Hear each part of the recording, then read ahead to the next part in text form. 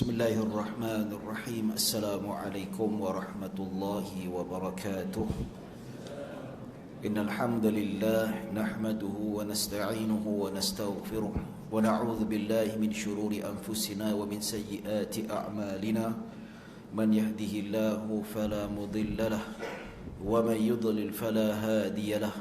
Asyhadu an la ilaha illallah wahdahu la syarika lahu وأشهد أن محمدا عبده ورسوله اللهم صل وسلم وزد وبارك على سيدنا محمد عبدك ورسولك النبي الأمي وعلى آله وصحبه أجمعين. قال الله تعالى في محكم تنزيله أعوذ بالله من الشيطان الرجيم قالوا سبحانك لا علم لنا إلا ما علمتنا إنك أنت العليم الحكيم. وقال النبي صلى الله عليه وعلى آله وصحبه وسلم من يريد الله به خيرا يفقه في الدين. وأقول رب اشرح لي صدري ويسر لي أمري واحلل عقدة من لساني يفقه قولي. أما بعد. Alhamdulillah, bersyukur pada Allah Subhanahu wa taala. Dengan izinnya pada malam ini kita masih lagi diberi kesempatan, panjang umur dan murah rezeki, masih lagi bernafas dalam hidup ini. Moga-moga Allah Subhanahu wa taala menetapkan kehidupan kita dan hayat kita diisi dengan ketaatan pada Allah Subhanahu wa taala. Dan begitu juga kita doakan yang lain-lain yang belum mendapat cahaya hidayah daripada Allah Subhanahu wa taala, moga-moga mereka juga terpilih di kalangan kita juga insya-Allah, yang ada komitmen datang ke masjid, datang majlis ilmu untuk mendirikan ibadah dan sebagainya. Sama-sama kita berdoa dan kita terus berdoa pada Allah Subhanahu wa taala agar Allah campakkan dalam hati setiap kita ini rasa istiqamah terhadap amal ibadah Allah Subhanahu wa taala. Moga-moga dengan kesempatan ini kita berada dalam keberkatan majlis ilmu, insya-Allah kita doa dalam hati kita, sebab majlis ilmu disebutkan oleh Allah Subhanahu wa taala dalam hadis Nabi sallallahu alaihi wasallam sebagai waktu ataupun tempat mustajabnya doa. Waktu yang mana kita berada dalam majlis ilmu ini ada isyarat daripada hadis Nabi sallallahu alaihi wasallam sebut, ialah waktu yang mana mustajabnya doa kalau kita berdoa. Berdoa dalam hati, insya-Allah Allah dengar. Tak payah kita doa kuat-kuat ustaz tengah mengajar ni. Pelik pula orang tengok kan. Dia kata ustaz kata doa mustajab. Kemudian dia baca Rabbana atina kat belakang seorang. Orang semua duk pandang dia. Maksudnya doa dalam hati. Pasal apa? Ada isyarat dalam hadis malaikat bersama dengan kita, tuan-tuan. Malaikat bersama dengan kita, wa haffadhumul malaikah, iaitu mereka yang berada di dalam majlis ilmu, dia dikelilingi dengan malaikat rahmat. Yang mana kalau kita lihat malaikat-malaikat dalam hadis riwayat Imam Muslim, malaikat itu apa peranan dia? Yastaghfiruna lahum. Maksudnya malaikat itu memohon pengampunan untuk mereka yang hadir dalam majlis ilmu. Maksudnya apabila malaikat mendoakan, maka kita turut berdoa. Di situlah ulama mengatakan majlis ilmu dan majlis zikir ini tempat mustajabnya doa. Insya-Allah kita panjatkan doa, apa hajat kita sebut dalam hati kita, insya-Allah Allah dengar. Ya tuan-tuan dan puan-puan yang dirahmati Allah Subhanahu wa taala, kita akan sambung pengajian kitab Umdatul Ahkam dan kita akan masuk hadis yang ke-48 kalau tak silap saya. Hadis yang ke-48, masih lagi kita bincangkan tentang bab waktu-waktu salat, yang mana pada hadis yang lalu kita sudah bincangkan secara detail bila masuknya waktu subuh, iaitu terbitnya fajar shadiq. Yang mana terbit fajar shadiq seperti mana disebut oleh Ibnu Abbas radhiyallahu anhuma, yang mana kalau kita lihat pada celah-celah bukit itu kita akan nampak cahaya. Matahari tak keluar tapi ada cahaya mula keluar, cahaya matahari sudah mula keluar. Itu dinamakan fajar shadiq. Manakala fajar kadzib itu dia tidak keluar pada celah-celah bukit ataupun gunung ganang, tetapi dia keluar memanjang ke atas seperti mana disebutkan dalam hadis, seperti ekor serigala. Fajar kadzib yang mana belum lagi masuknya waktu subuh, tetapi fajar shadiq nak kenal macam mana? Tengok di sebalik gunung gadang tu. Di sebalik gunung tu kita nampak memanjang macam tu. Memanjang dia punya cahaya. Dan zuhur bila tuan-tuan, apabila tergelincir matahari di bahagian barat. Manakala timbul bayang-bayang pada belah timur, itu tandanya masuknya waktu zuhur. Dan waktu asar bila mana tuan-tuan bin asar iaitu bayang-bayang melebihi daripada saiz ataupun kepanjangan objek itu sendiri. Contoh, kita pacakkan tongkat, nak tahu asar dah masuk ke tidak, kita tengok bayang-bayang di sebelah barat, dan bayang itu kita ukur dia lebih panjang daripada tongkat itu walaupun sedikit, maka itu menunjukkan asar sudah masuk. Dan bila masuknya maghrib, automatically habisnya asar apabila bulat matahari tenggelam, yang tinggal hanya kekuning-kuningan dan kemerah-merahan di langit. Itu tandanya maghrib sudah masuk. Dan bila habisnya maghrib, masuknya isyak. Bila masuknya isyak, apabila kemerah-merahan hilang di langit, gelap gelita, nampak matahari ke ataupun nampak bintang ke tuan-tuan, ya. Dan begitu juga isyak habis bila masuknya subuh, maksudnya masuklah waktu subuh dan habisnya waktu isyak. Jadi tuan-tuan dan puan-puan dirahmati Allah Subhanahu wa taala, jadi kita akan masuk hadis yang ke-48, ya, insya-Allah. Ada hadis yang sangat memberi manfaat untuk kita bincangkan pada malam ini. InsyaAllah kita akan baca. Bismillahirrahmanirrahim. Qala al-musannif rahimahullahu ta'ala, wa nafa'ana bi wa bi'ulumi fid darain an Ali bin Abi Talib radhiyallahu anhu anna an-nabiy sallallahu alaihi wasallam qala yawm al-khandaq mala Allahu quburahum wa buyutahum nara kama shaghaluna 'ani as-salati al-wusta hatta ghabat asy-syams. وفي لفظ لمسلم عن عبد الله شغلون عن الصلاة الوسطى أي صلاة العصر ثم صلاها بين المغرب والعشاء. وله عن عبد الله بن مسعود رضي الله عنه قال هبس المشركون رسول الله صلى الله عليه وسلم عن صلاة العصر حتى احمرت الشمس أو اصفرت فقال رسول الله صلى الله عليه وسلم شغلون عن الصلاة الوسطى أي صلاة العصر ملأ الله أجوافهم وقبورهم نارا حشى الله أجوافهم وقبورهم نارا. Hadis riwayat Bukhari dan Muslim. Baik, terjemahan hadis ini tuan-tuan, ya, kita masuk pada penjelasan hadis ini. Riwayat daripada Sayyidina Ali bin Abi Talib radhiyallahu anhu, iaitu Sayyidina Ali sepupu Rasulullah sallallahu alaihi wasallam, anak kepada Abu Talib, iaitu pak saudara Nabi sallallahu alaihi wasallam, iaitu abang kepada Abdullah bin Abdul Muttalib, iaitu adik kepada Abu Talib. Ya. Baik, Abu Talib ni anak dia yang dewasa lah, abang long dia lah, dia kira macam tu. Maka kadang-kadang Abdullah ni macam pak usu dia, iaitu anak bongsu di kalangan keluarga Abdul Muttalib. Baik, di mana dia meriwayatkan hadis ini ketika mana berlaku pada perang Khandaq. Ya, qala yaumal khandaqi, iaitu Nabi SAW berbicarakan hadis ini ketika perang Khandaq. Perang Khandaq ni ada dua nama. Pertama, Ghazwatul Khandaq ataupun Ghazwatul Ahzab. Khandaq apa? Khandaq maksudnya parit. Bersempena peperangan itu, Nabi dan para sahabat membina parit atas cetusan idea yang diluahkan oleh Salman Al-Farisi. Ketika mana sahabat Nabi dan Nabi SAW berbincang bagaimana kita nak protect Madinah ni. Sebab apa? Dapat berita daripada spy daripada Mekah kata kumpulan-kumpulan kabilah Arab bersatu datang nak serang Madinah. Maka Nabi fikir macam mana kita nak protect Madinah, masing-masing keluarkan pendapat.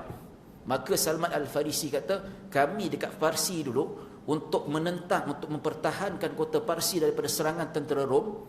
Kalau kita lihat sejarah, Rom dengan Parsi ni bagaikan anjing dan kucing, bergaduh saja, berperang. Dan mereka ini lebih jauh berpengalaman daripada teknik perang berbanding orang Arab. Maka dia kata, kami orang Parsi untuk mempertahankan kota Parsi daripada serangan Rom ataupun mana-mana musuh, kami bina parit. Supaya apa? Supaya musuh tak lepas kota kami. Di situ kami bertahan. Maka Nabi pun menggemari, tertarik dengan idea yang dilontarkan oleh Salman Al-Farisi. Maka ada kisah tertentu bagaimana susah payah para sahabat dan Nabi SAW, ya, menggali parit.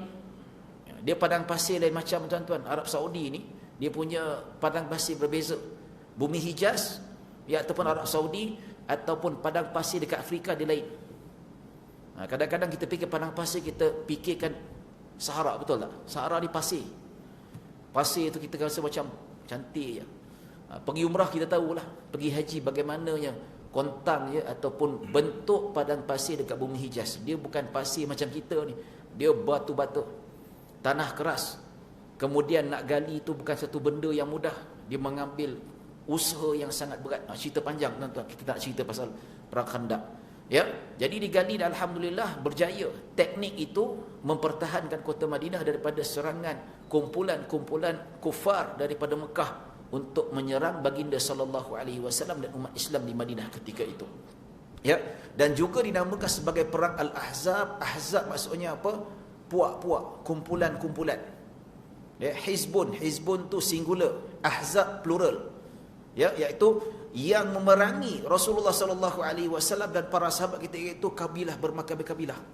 Seluruh kabilah kafir yang berasal pada Mekah dan sekelilingnya.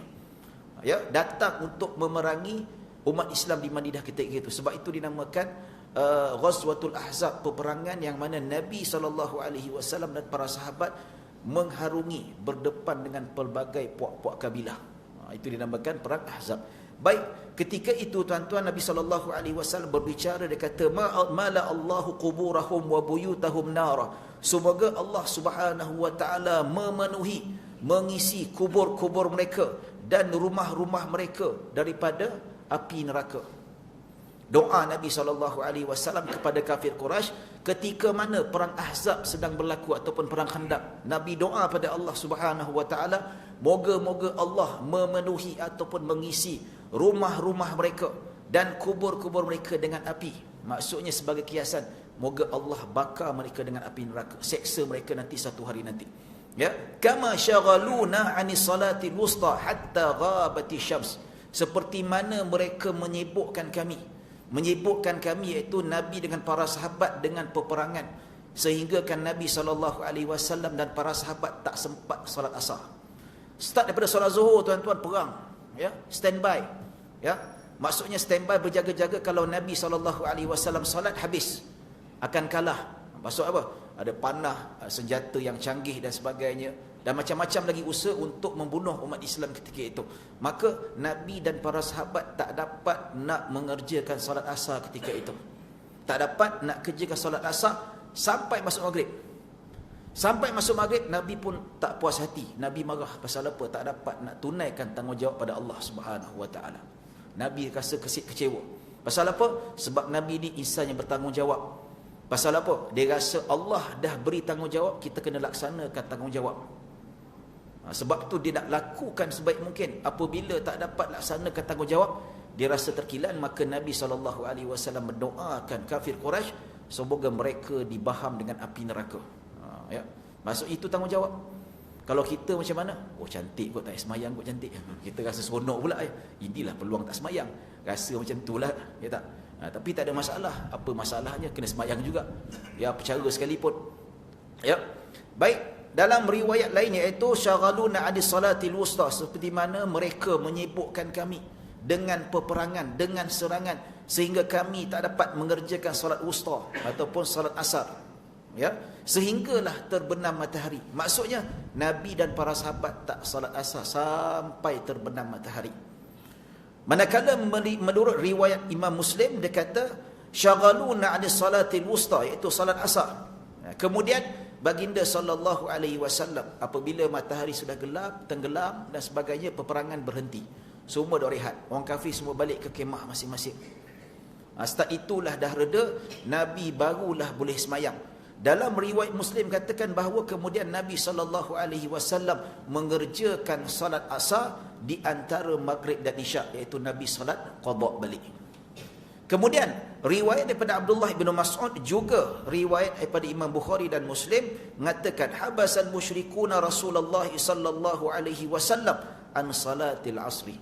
Ya, kafir Quraisy telah menghalang, memenjara Rasulullah sallallahu alaihi wasallam, iaitu menyibukkan Nabi sallallahu alaihi wasallam daripada mengerjakan salat asar, sehinggalah matahari kemerah-merahan ataupun langit kemerah-merahan. Maksudnya dah nak tenggelam dah, ataupun kekuning-kuningan. Dua-dua sekali lah tuan-tuan. Ya. Faqala Rasulullah sallallahu alaihi wasallam, apabila Nabi tengok matahari dah tinggal sikit lah nak tenggelam dah, Maka Nabi pun berdoa, syaghaluna an salatil wusta, salatil asr. Mereka telah menyibukkan kita sehingga kita tak dapat mengerjakan salatul wusta, iaitu salat asar. Ya. Mala Allahu ajwafahum wa quburahum nara. Moga-moga Allah mengisi api neraka dalam perut-perut mereka dan rumah-rumah mereka. Nabi doa, geram tu. Ya. Dan dalam riwayat lain, hasyallahu ajwafahum wa quburahum nara. Sama juga padanya, moga-moga Allah mengisi di dalam perut mereka dan rumah-rumah mereka dengan api neraka. Itu doa yang disebut oleh Nabi SAW. Hadis riwayat Bukhari dan Muslim, hadis yang sahih, tidak disangkal lagi, tuan-tuan. Baik, tuan-tuan, hadis ni cerita pasal waktu solat.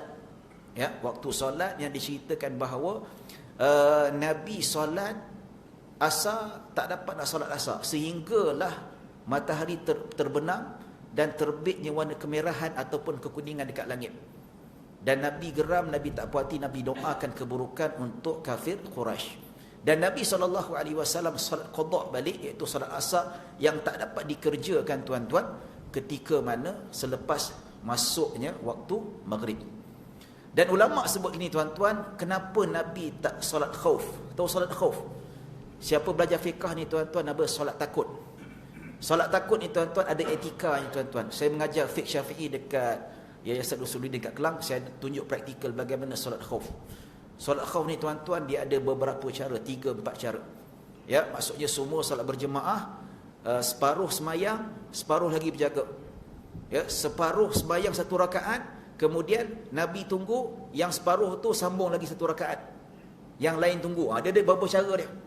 Jadi sambung-sambung, ada teknik dia. Kalau saya nak cakap secara lisan tak faham, dia kena tunjuk praktikal, insya-Allah. Sampai masa babnya kita akan masuk salatul khauf yang diajak oleh Nabi SAW. Persoalan kenapa Nabi tak salat khauf ketika itu? Ya, cara dia memang lain, cara dia berbeza.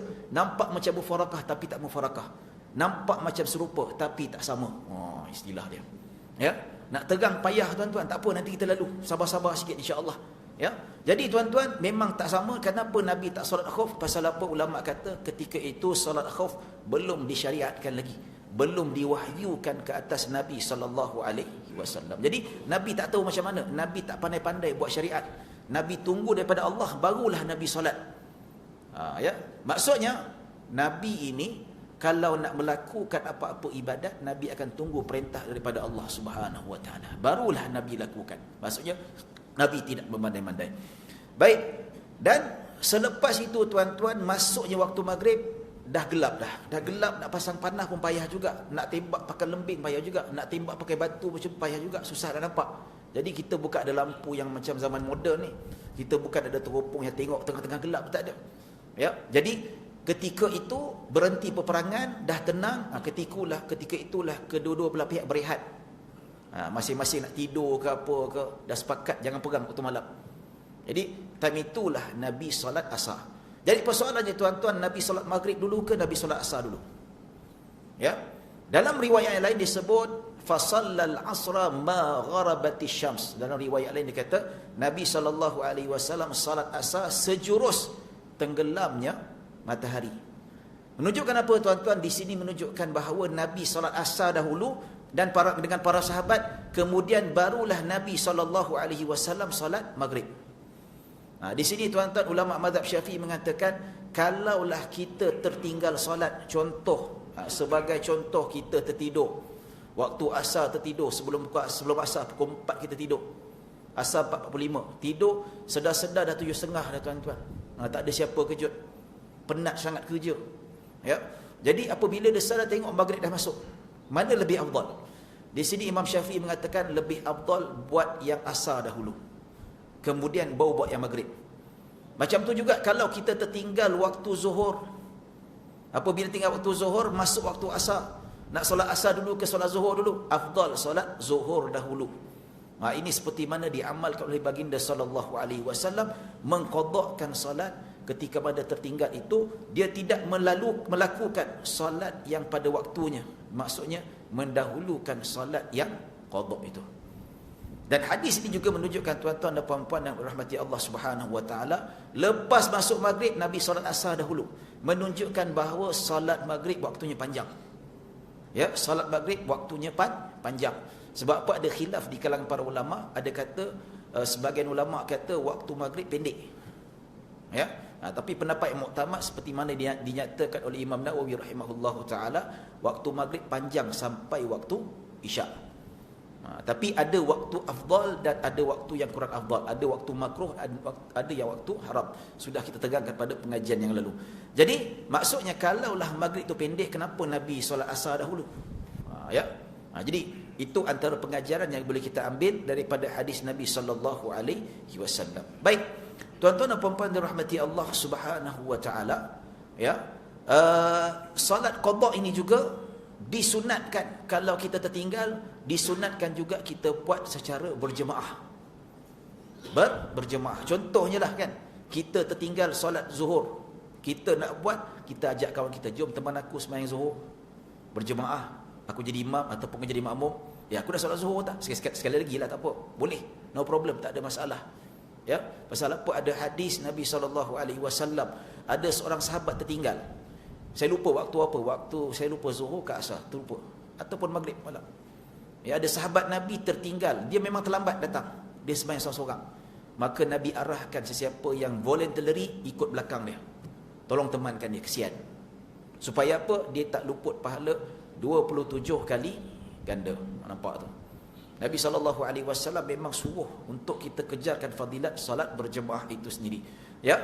Dan hadis ini menunjukkan bahawa Nabi salat qada secara zahir menurut Imam Ibn Al-Mulakin rahimahullahu taala, Nabi mengerjakan salat qada secara berjemaah, disunatkan juga. Bukan saja waktu yang terkini berjemaah, salat qada juga disunatkan secara berjemaah. Ya. Baik tuan-tuan dan puan-puan dirahmati Allah Subhanahu wa taala. Sebab tu saya kata, ada orang kata, ustaz, saya zaman jahiliah 20 tahun tak pernah solat, dia kata. Jadi kalau ikut pendapat muktamad mazhab Syafi'i, kalaulah saya ada hutang solat, macam mana saya nak solat sunat? Sebab apa? Menurut Imam Ibn Hajar, mereka yang ada hutang solat fardu, dia tak boleh solat sunat. So apakah solusinya? Saya kata ini masih khilaf di kalangan para ulama. Namun pendapat muktamad dalam mazhab Syafi'i memang tak boleh. Tapi ada sebahagian ulama mazhab Syafi'i, antaranya Imam Az-Zarkashi rahimahullahu taala, dia kata orang yang ada hutang dengan Allah solat fardu masih boleh melaksanakan beberapa ataupun sedikit solat sunat. Namun keutamaan mesti ataupun wajib diberikan pada solat qada. Maksudnya kalau ada hutang solat fardu yang belum dilaksanakan, dia wajib utamakan solat fardu. Manakala solat sunat itu boleh buat sikit-sikit, macam tahiyatul masjid ke qabliyah ba'diyah, tapi tetap juga diberikan keutamaan solat fardu. Jangan kata kita solat sunat banyak tapi fardu tak lakukan, pun tak boleh juga. Itu maksudnya. Ya. Namun kalau kita ambil pendapat muktamad, tak ada masalah. Dia kata, macam mana ustaz saya nak solat tarawih? Boleh, tak ada masalah. Ya, ada masjid solat 8 rakaat, dia witir campur 11 rakaat. Ada masjid pilih 23 rakaat termasuk witir. Jadi macam mana ustaz saya nak buat? Senang saja. Kalau masjid tu solat 20 rakaat, 2 semua tu niat solat subuh. Niat solat subuh. Dia ada solat tarawih, kita niat subuh qada. Sah di sisi mazhab Syafi'i. Ada dalil tuan-tuan, insya-Allah kita akan lalui nanti. Orang solat fardu sah mengikut belakang orang solat sunat. Begitu juga orang solat sunat sah ikut belakang orang solat fardu. Boleh, tak ada masalah. Contohnya lah, waktu malam ada seorang hamba Allah ni, dia qada subuh. Tiba-tiba datang hamba Allah, dia solat tarawih 2 rakaat. Boleh, no problem. Sah juga. Dapat pahala jemaah, malah lebih utama. Ulama mengatakan mana lebih banyak pahala, solat sunat ke solat fardu? Ulama kata lebih besar pahala iaitu melaksanakan solat fardu lebih besar walaupun qada. Niat, boleh ke ustaz? Boleh. Kita ikut susunan? Ikut susunan tak wajib. Kalau tahajud pula, tahajud tu tak semesti sunat. Tahajud tu kita buat semua sekali sepanjang malam ataupun 1 jam 2 jam tu habiskan dengan qada. Maksudnya qiyamul lail, bangun malam ini bukannya sembahyang sunat. Maksudnya kita menghidupkan malam dengan ibadah. Menghidupkan amalan dengan ibadah, tak kisah dengan solat ke dengan bacaan Al-Quran, dengan zikir. Boleh, no problem, tak ada masalah. Macam wanita kata, ustaz kami ni haid, macam mana nak qiyamul lail? Qiyamul lail, bangun, tak seperti solat. Buat apa? Zikir. Zikir setengah jam. Dah qiyamul lail. Nama pun qiyamul lail. Tapi lebih afdal solat. Jadi macam mana nak solat? solat sunat tahajud digantikan dengan solat qada, zuhur, asar, maghrib, isyak, pun dapat pahala. Dikira sebagai mereka itu dikira telah melaksanakan qiyamul lail walaupun solat sekalipun. Jadi faham kaedah fiqh. Kalau kita belajar fiqh, kita faham bagaimana solusi untuk kita laksanakan. Sedangkan kita ada tanggungjawab pada Allah Subhanahu Wa Taala. Lebih utama, hutang Allah lebih utama daripada bonus. Sunat tu bonus, tapi hutang Allah lebih utama untuk kita bayar. Dan boleh kita aplikasikan dalam ibadah-ibadah lain. Ya, solat tahiyatul masjid pun boleh digantikan dengan solat qada. Orang masuk masjid, solat tahiyatul masjid 2 rakaat, kita masuk solat qada zuhur 4 rakaat pun dikira sebagai tahiyatul masjid. Dapat pahala tahiyatul masjid, dapat pahala mengqada solat. Pasal apa? Ulama bersepakat, solat tahiyatul masjid ini adalah ibadah ghairu maqsudah. Maksudnya apa? Solat sunat tahiyatul masjid tak perlu pada niat. Maksudnya apa? Apa-apa solat kalau kita buat sudah dikira sebagai tahiyatul masjid. Ya. Itu disebut Imam Nawawi dalam kitab Al-Majmu', seseorang itu masuk ke masjid terus melaksanakan solat qada zuhur ataupun qada fardu 5 waktu, dia tetap juga sudah dikira sebagai melaksanakan solat tahiyatul masjid. Ya, cuma Imam Nawawi kata yang tak sah, yang tak boleh dijadikan solat tahiyatul masjid, solat jenazah. Tidak. Solat jenazah tidak. Sebab apa? Tak apa. Contoh, kita tengah nak masuk masjid kan, tiba-tiba nampak solat jenazah. Nak buat macam mana? Nak solat sunat dulu ke? Maksudnya nak solat sunat dulu, kalau kita tu duduk, makruh. Sebab apa? Kita tak menghormati masjid ataupun surau. Maka macam mana? Kita tengok masuk dalam masjid ada jemaah solat jenazah, ikut solat jenazah, tak apa. Habis solat jenazah, baru solat tahiyatul masjid. Pasal apa?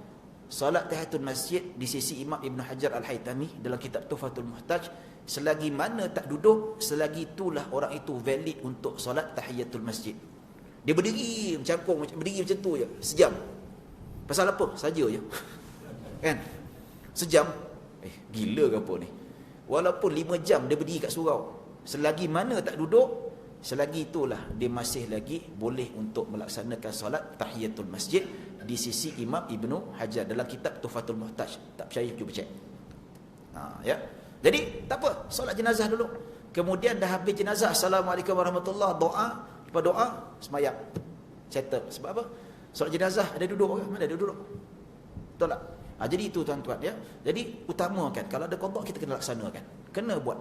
Jangan percaya pendapat kata tak wajib qada, jangan. Kita buat. Allah bagi kesedaran untuk kita qada, alhamdulillah. Sikit-sikit. Tak adalah Islam suruh kita qada sampai tak makan, tak kerja, tak laksanakan tanggungjawab, tak berjalan, tak ada. Ada masa-masa buat. Lepas main isyak, bangun pula qada isyak pula. Ya. Besok sebelum subuh qada subuh, lepas tu sampai subuh. Balik rumah qada lagi. Ada masa. Ya, masuk sebelum zuhur, sebelum solat zuhur, qada zuhur dulu. Dah salam bangun qada zuhur lagi. Macam itulah buat ayat. Insya-Allah lama-lama habis lah. Kan senang. Islam bukan susah kan? Islam memudahkan. Cuma disebab kejahilan kita tu yang menampakkan Islam itu susah. Ya. Baik tuan-tuan dan puan-puan dirahmati Allah Subhanahu Wa Taala, berdasarkan hadis ini tuan-tuan, ya, ulama menyatakan bahawa kalau seseorang itu dizalimi, betul-betul dizalimi, maka dia diharuskan, hukumnya harus untuk mendoakan keburukan pada orang yang zalim. Ini dalil.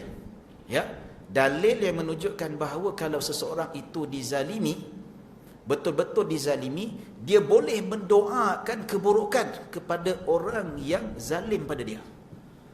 Macam contoh, Nabi doakan supaya mereka disiksa api neraka, supaya mereka dalam perut mereka diisi dengan api. Nabi doakan keburukan pada orang kafir yang sudah menganiaya Nabi dan para sahabat sehingga tidak dapat mengerjakan tanggungjawab terhadap Allah Subhanahu Wa Taala. Nanti orang tanya pula, Ustaz, itu orang kafir tak apalah, takkan orang Islam kita nak doa keburukan kot. Saya kata tak ada dalil ke? Ada.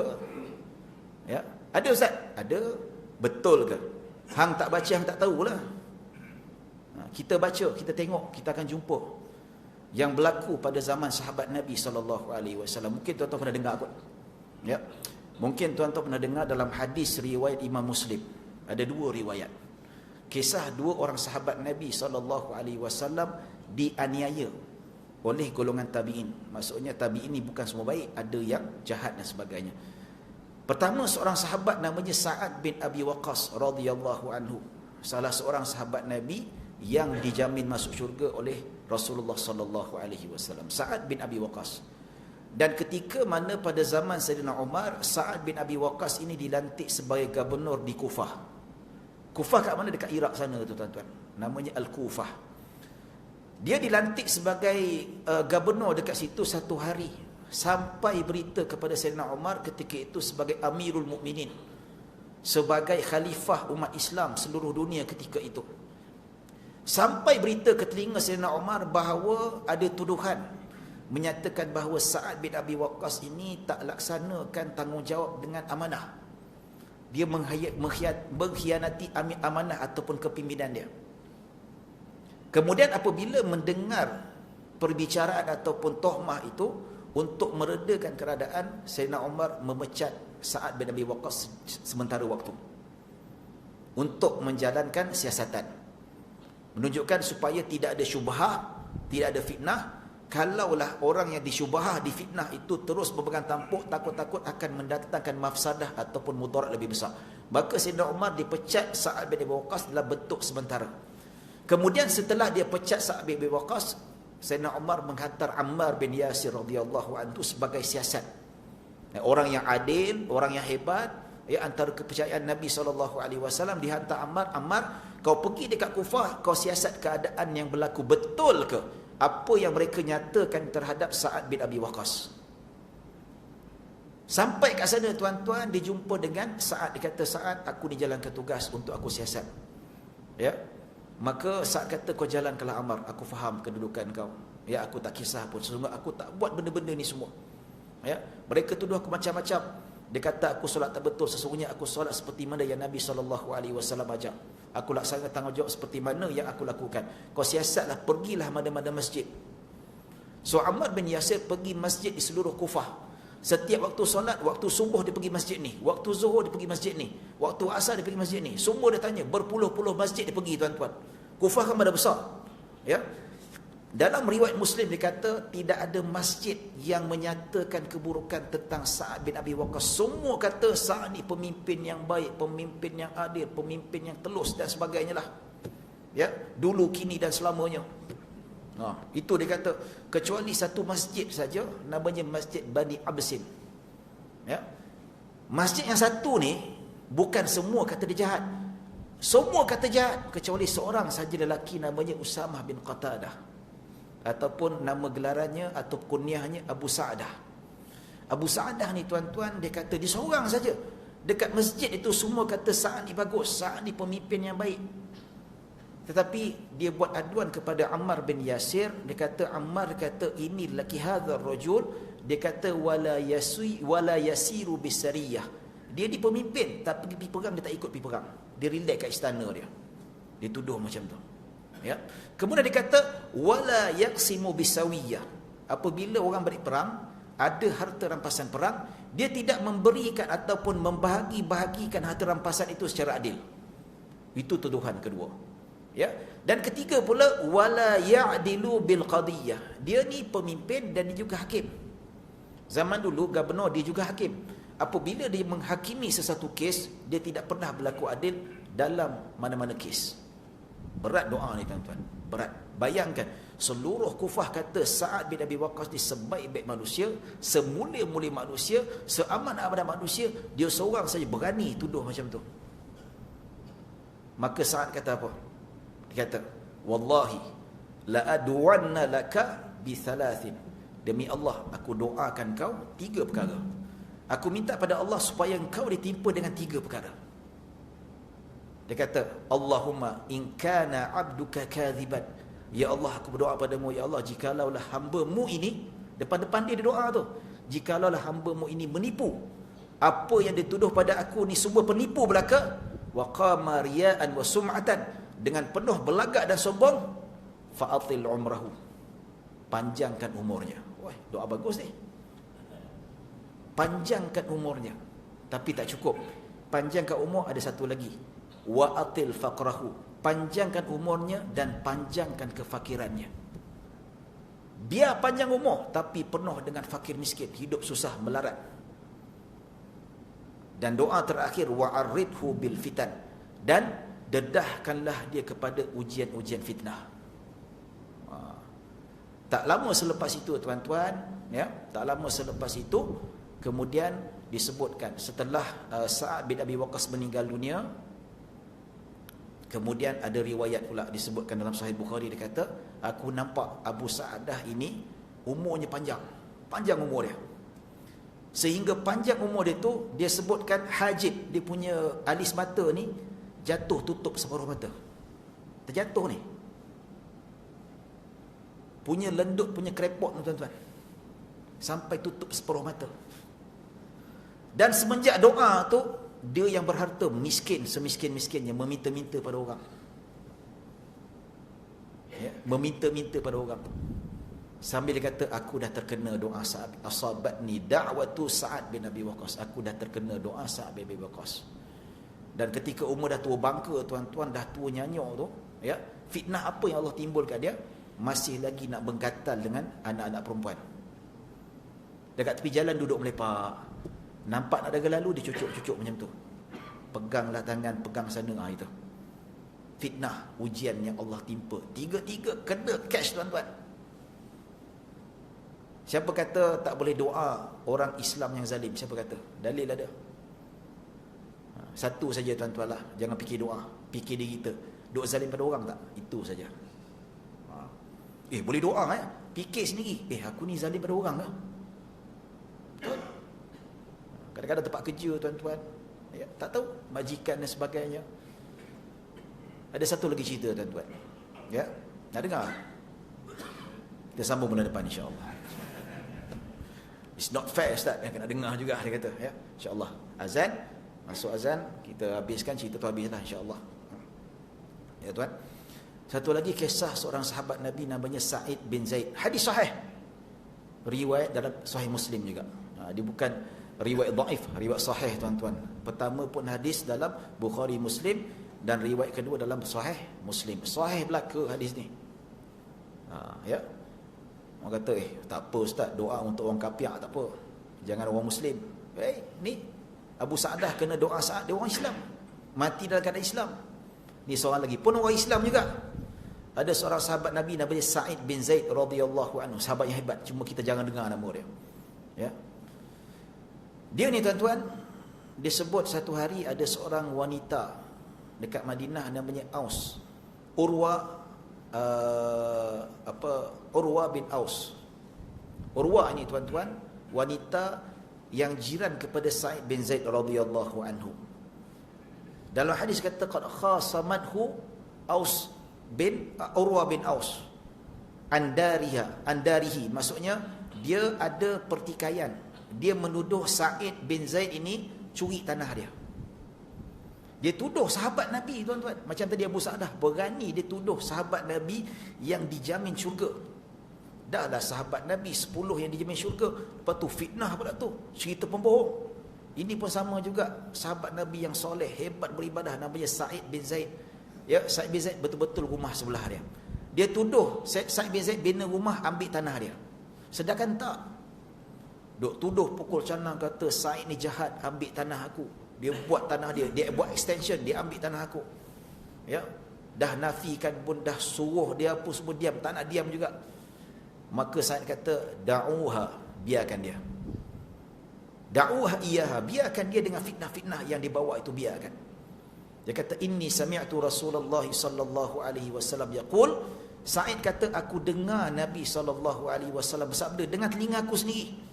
Dia kata, man akhadha shibran minal ardi bighairi haqqih tuwiqahu bisab'in fi sab'i ardina yaumal qiyamah. Dia kata, aku mendengar Rasulullah sallallahu alaihi wasallam bersabda, sesiapa yang mengambil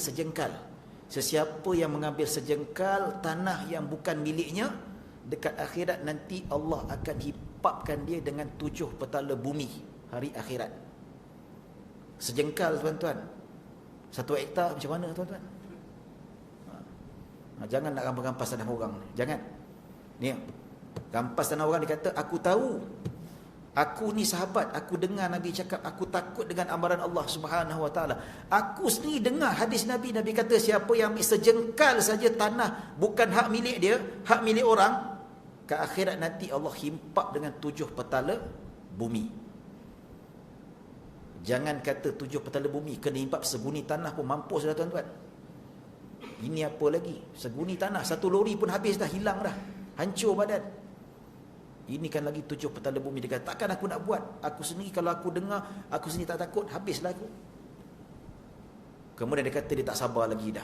Allahumma in kanat kadhibatan, ya Allah, kalaulah dia menipu, ya Allah, segala tuduhan yang ditohmahkan pada aku tipu-tipu belaka, maka fa'ami basaraha, ya Allah, butakanlah matanya.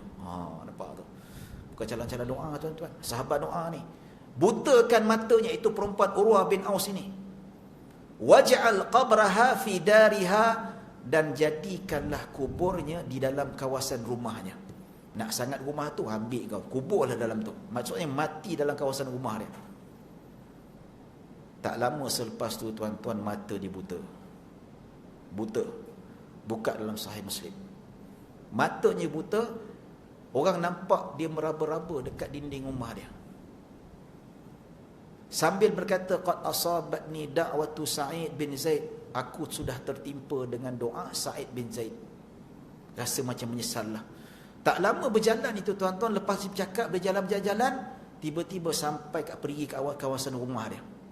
Sampai kat pergi ke kawasan rumah dia, maka dia tak nampak, terjatuh dalam perigi dan mati lemas. Dan pergi itu berada dalam kawasan rumahnya tuan-tuan. Cash juga dia dapat. Azan dah? Belum lagi, ya. Sikit lagi, ya. Ya. Jadi itu tuan-tuan, kisah yang berlaku ni tuan-tuan. Okey, azan dulu. Cerita ada lagi, habis-habis ni, tak ada cerita lagi.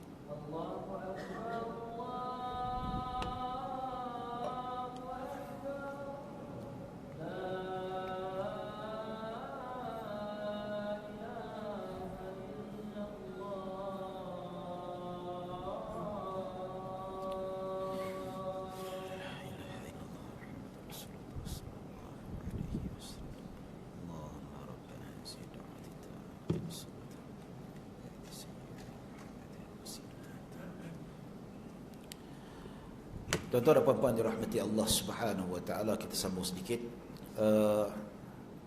Kita lihat bagaimana perjalanan kisah yang berlaku pada dua orang sahabat agung ini yang teraniaya. Boleh saya bawa cerita banyak lagi tuan-tuan, banyak dalam kitab Syiarul Alam Nubala, dalam kitab Hayatus Sahabah, macam-macam lagi cerita tuan-tuan. Kalau kita lihat riwayat-riwayat dalam Usudul Ghabah, cerita bagaimana sahabat tabi'in yang dianiaya doa mereka dimakbulkan. Begitu juga cerita banyak sekali tuan-tuan orang alim, orang ulama yang mana doa dimakbulkan apabila teraniaya. Dan ada juga riwayat dibawa oleh para ulama, riwayat kisah terdahulu, orang yang buat maksiat, orang yang jahat teraniaya doa dimakbulkan. Sehingga disebutkan dalam hadis, dia kata ittaqi da'watal mazlum. Nabi berpesan kepada Muaz bin Jabal radhiyallahu anhu, kamu apabila pergi ke Yaman nak sebarkan dakwah, kamu kutip zakat pada mereka yang sudah masuk Islam. Ya, dia kata jangan ambil barang kesayangan mereka. Contoh, kita nak kutip kambing. Contoh dia ada kambing yang banyak. Kalau 40 ekor kena seekor keluar. Jangan ambil kambing yang paling cantik sekali. Ambil kambing yang paling bagus. Sebab apa? Pengembala ni tuan-tuan, dia ada kambing special bagi dia. Ada kambing yang cantik bagi dia. Sebab apa? Mungkin kambing tu ada muka artis sikit ke, ada pelakon-pelakon sikit muka macam start daripada F, tak tahulah F ke mana kan, muka-muka handsome kan, ya, tak endol kata, tak tahu, wallahu alam.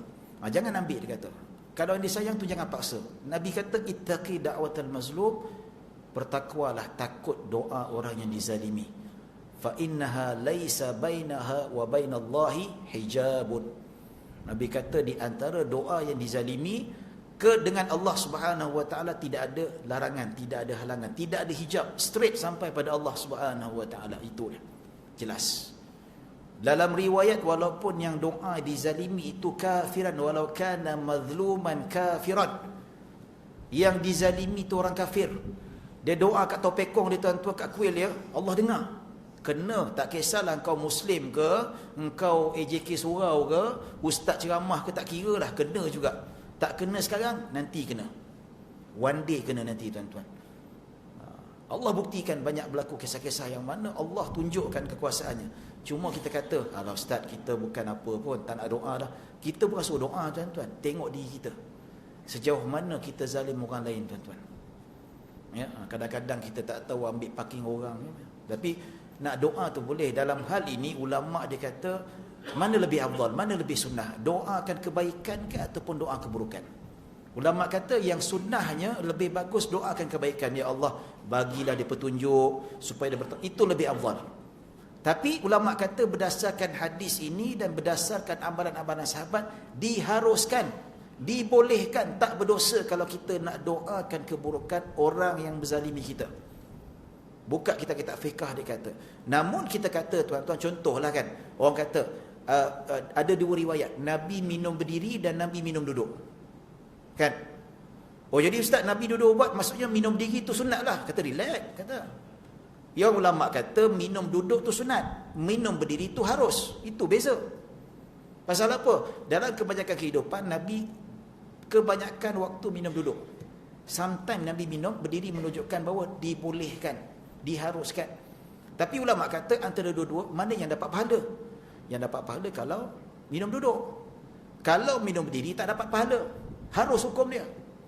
Macam tu juga, maksudnya kalau kita doakan kebaikan, itu lebih sunnah, itu lebih mendapat pahala, itu boleh menepati ciri-ciri seorang yang ikut sunnah Nabi SAW. Tapi kalau dia nak doakan keburukan, kita tak boleh halang. Dalil ada. Itu harus, tak makruh, tak haram. Itu hak dia tuan-tuan. Kalau dia betul-betul dizalimi, kalau dia betul-betul dizalimi, itu hak dia. Tak boleh kita nak cela, kau ni apa, buruk sangat perai, doakan orang macam ni. Hak dia. Kan?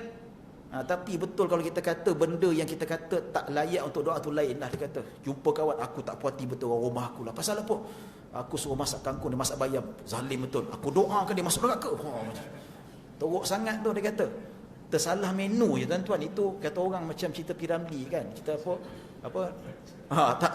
Saya suka belacan. Kenapa tak masak sayur kangkung, tak letak belacan? Nak sebelih. Sebab Sudin ada. Ya, maksudnya berpada-padalah. Kalau betul-betul dianiaya, contoh dia tipu kita, Kan sekarang ni bisnes ramai kan. Jom kita buat joint venture, kau 30,000, aku 30,000. Pak, dia bawa lagi 30,000 kita. Dia doakan tuan-tuan, habislah, siap. Aniaya tu. So kita tilik balik, kita zalim orang atau tidak. Ya. Jadi hati-hati ni tuan-tuan, kita kena tengok balik macam manalah dalam masa ni penuh dengan fitnah, ya. Zaman keadaan ekonomi dah gawat. Tahun ni kita tengok bagaimana orang akan hilang pekerjaan 50,000. Ekonomi gawat. Kadang-kadang orang nak cari duit desperate, sanggup tipu sana, tipu sini. Scammer punya banyak tuan-tuan. Itulah, kadang-kadang kita makan duit ribu-ribu. Ya, kadang-kadang kita majikan sebab nak untung banyak, tipu pekerja kita. Patut gaji lebih kita kurangkan, pasal apa? Kita nak untung lebih, zalim. Dia dapat sedar tuan-tuan, dia doa habis. Ya, tak payah fikir doa tuan-tuan, tengok balik aku adil ke tidak. Ya, kita bekerja macam mana? Bukan majikan, kita sebagai pekerja berlaku adil tak kepada majikan kita. Kerja 8 jam, yang kerja sejam je, 7 jam buat apa? Facebook. Majikan doa bawah padan muka, habis. Ya Allah, jadikanlah muka di muka Facebook. Jadi muka Facebook betul. Biru di muka tuan-tuan, baru tahu. Jadi itulah tuan-tuan, ya. Tengok keadilan Allah Subhanahu Wa Taala, ya. Jadi kita fikirkan, ya betul kata ustaz kan lebih baik ustaz doa kebaikan. Betul, kita tak nafikan itu sunat. Macam juga ustaz kan minum duduk kan lebih sunat, betul. Tapi sebalik ulama bincangkan juga minum diri hukumnya harus dibolehkan. Macam tu juga disunatkan, digalakkan sangat-sangat orang yang zalim itu kita doa kebaikan, itu lebih bagus. Tapi ulama kata tak salah kalau dia nak doa kezaliman, itu hak dia. Pasal apa? Dalil banyak. Dalil banyak. Kalau benda ni salah, kenapa sahabat buat? Dua sahabat ni buat sebab apa? Mereka lebih faham Al-Quran dan sunnah Nabi SAW. Tolak tepi doa tak doa. Kita fikir balik, Nabi kata takutilah doa orang yang dizalimi. Sedang cerita, jangan buat zalim pada orang lain. Wallahu a'lam. Ya. Baik, setakat itu saja tuan-tuan yang dapat saya sampaikan, insya-Allah. Ya, kita sambung pada bulan hadapan. InsyaAllah semoga panjang umur dan murah rezeki. Kita berjumpa pada next class. Jadi mungkin ada soalan, kalau ada nak tanya lah. Ya. Kalau ada nak tanya, kalau tak ada, kita tutup majlis kita. Ya.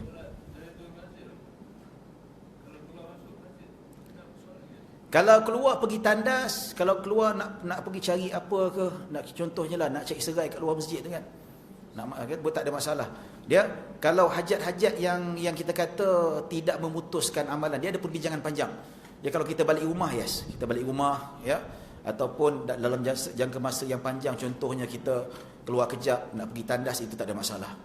Ya, tapi kalau tempoh yang lama, maka apabila masuk balik kita disunatkan untuk tahiyatul masjid. Kalau tak laksanakan tahiyatul masjid, maka kita hukumnya makruh. Jadi orang banyak tanya, ustaz, saya ni lepas azan baru pergi masjid. Bila masuk masjid lagi 3 minit nak qamat. Biasa dekat skrin tuliskan lagi 3 minit nak qamat. Jadi saya tak sempat, saya nak buat tahiyat dulu ke ataupun nak buat qabliyah dulu. Mana satu tuan-tuan? Ulama kata buat qabliyah terus, tak payah buat tahiyat. Sesiapa solat qabliyah terus mendapat juga, dia dikira sebagai melaksanakan tahiyatul masjid. Kalau better, kalau datang awal sebelum azan dia buat tahiyatul masjid dulu. Ya, lepas azan buat qabliyah, itu lebih afdal. Tapi kalau tak sempat, dirasa pendek sangat, terus buat qabliyah. Tak payah terus niat tahiyatul masjid. Pasal apa? Apabila seseorang itu melaksanakan apa saja jenis solat yang ada rukuk dan sujud, sudah dikira sebagai melaksanakan tahiyatul masjid. Dia sudah menghormati masjid, dia juga mendapat pahala tahiyatul masjid. Wallahu a'lam. Ada soalan lain? Kalau ada lah. Ya, silakan. Binatang sama juga. Kan ada hadis, ada seorang wanita kuat ibadat tapi masuk neraka. Pasal apa? Dia membiarkan kucingnya terikat kelaparan. Ada dalam hadis. Ya. Dan begitu juga, ya, macam saya ada nampak pergi dekat masjid dekat Gombak, dekat KL sana tu. Kat Gombak belah KL sana. Ya, saya tengok ada orang dia buang nasi lepas program Maulidur Rasul. Dia buang nasi, kata jangan buang, bungkus besar. Pasal nak buat apa? Saya nak bagi anjing makan kat belakang rumah saya. Wih, bagi anjing makan ustaz. Habis bagi anjing makan sudah neraka. Ya tak? Balik rumah, kalau kat rumah saya tuan-tuan melaut tak habis, memang tak habis lah tuan-tuan. Ya, kalau masaknya ayam masak pedas, saya basuh ayam tu. Ya, nasi tu yang lama tu gaul letak belakang. Besok licin tuan-tuan. Kalau tak basuh nanti dia tak nak makan pula. Besok dia minta lagi ke ayam masak lemak ni kan. Susah kita nak sedia kan. Nak naik lemak dia nanti kan. Jadi kita bagi makan yang tak sedap. Dia makan habis juga. Lapar anjing tu. Kan? Pasal apa? Dalilnya apa? Seorang wanita pelacur masuk syurga selepas memberi minum seekor anjing. Betul tak? Kat tengah padang pasir, pelacur. Boleh. Itu kita kata, saya belajar dalam bab kita, saya bincang pasal hadis dulu tuan-tuan. Orang sibuk dia kata, I want to touch a dog. Kempen tu kan. Kita tak sentuh, kita mezalim. Kita ni Islam tak bagi sentuh anjing, tak bagi kita pelihara anjing, kecuali anjing ternakan, tanaman dan kebun ataupun buruan. Itu tak apa. Selain tu kita nak jaga kambing, kita nak jaga anjing seperti pet tak boleh. Dan sentuh anjing tanpa keperluan tak boleh. Dia kata kita zalimi anjing. Tak. Dalam fiqah sebut kita tak boleh simpan anjing, kita tak boleh sentuh anjing, tapi boleh bagi anjing makan, tak ada masalah. Buktinya apa? Dalam Sahih Bukhari, pelacur masuk syurga Allah ampunkan dosanya pasal apa? Bagi anjing minum yang sangat kehausan dekat tengah padang pasir. Tak ada masalah. Jadi kita kata nak kena sentuh. Kalau sentuh anjing, barulah kita mengadili anjing. Kalau tak sentuh anjing, bermakna kita menzalimi anjing. Macam tu kita menzalimi rimau. Betul tak? Sentuh rimau tak? Tak sentuh. Zalim rimau lah tu. Tak. Dalam kitab fiqah sebut kalau kita tengah jalan tiba-tiba nampak seekor anjing lemas kat sungai, boleh selamatkan dia? Boleh. Lepas tu cantik anjing ni, jagalah pula. Itu tak boleh. Betul tak? Nabi kata siapa yang simpan anjing, manik tanah qalban, siapa yang jaga kambing simpan dekat rumah, setiap hari akan lupus pahalanya sebanyak 2 kirat. 2 kirat apa? 2 kirat adalah sebesar 2 gunung Uhud. Agak-agak satu hari kita punya ibadat pahala bersama dia. Agak-agak sehari pahala kita ada tak 5 gunung Uhud? Kalau ada 5 gunung Uhud, hilang 2 okey lah juga. Tapi ni beribadat busuk pun tak sampai. Ini yang ada hati pula nak sampai gunung Uhud, tak sampai. Itu saja tuan-tuan. Jadi memang kalau menzalimi binatang memang sabit. Ya, kecuali binatang itu membahaya macam ular, kan? Ular nak patuk kita, jangan bunuh, zalimi binatang. Habis dia zalim kita. Ya, memang ada hadis Nabi kata amarana Rasulullah sallallahu alaihi wasallam biqatlil aswadain. Nabi perintahkan kami supaya membunuh 2 ekor, iaitu membunuh kalajengking dengan ular. Itu tidak ada belas kasihan. Ya. Dan anjing, tengok juga zaman Nabi dalam Sahih Bukhari dan Muslim, Nabi pernah membunuh ekor. Dengan sahabat, dikumpul sahabat cari mana-mana anjing yang membahayakan. Anjing yang duk digigit orang, anjing penyakit, Nabi bunuh. Ya. Tapi kalau anjing yang selamat, Nabi tak suruh bunuh. Anjing yang jaga kebun, yang jaga tanaman, yang jaga ternakan, anjing buruan, tak ada masalah. Ya, wallahu alam. Jadi sabit tak boleh kita menzalimi binatang. Dalam hal ini ada fiqahnya tuan-tuan. Itu bab fiqah kita belajarlah insya-Allah kalau ada masa nanti. Wallahu alam. Ya. Baik tuan-tuan dan puan-puan dirahmati Allah Subhanahu wa taala, setakat itu saja. Yang masa pun dah lebih. Kita akan sambung panjang umur rezeki. Saya mohon maaf kalau ada salah silap. Segala kekurangan datang daripada diri saya sendiri. Segala kesempurnaan dan kebaikan datang daripada Allah Subhanahu wa taala. Aku qauli hadza wa astaghfirullahal azim li wa lakum wa lisairil muslimina wal muslimat wal mu'minina wal mu'minat. Bismillahirrahmanirrahim. Allahumma ja'al jam'ana hadza jam'an marhuma wa tafarruqana min ba'di tafarruqan ma'suma.